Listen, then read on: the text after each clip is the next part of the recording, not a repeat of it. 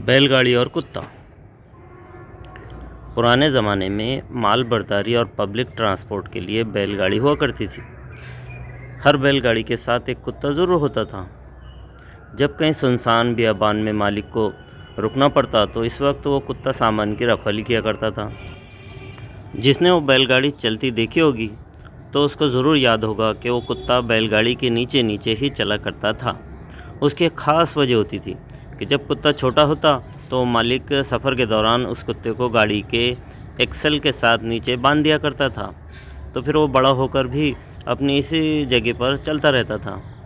एक दिन कुत्ते ने सोचा कि जब मालिक गाड़ी रोकता है तो सबसे पहले बैल को पानी पिलाता है और चारा डालता है, फिर खुद खाता है और सबसे आखिर में मुझे खिलाता है।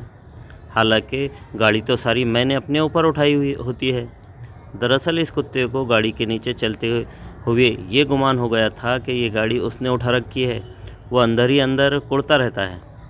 एक दिन फैसला किया कि अच्छा, फिर ऐसे ही सही, मैंने भी आज रास्ते में ही गाड़ी छोड़ देनी है।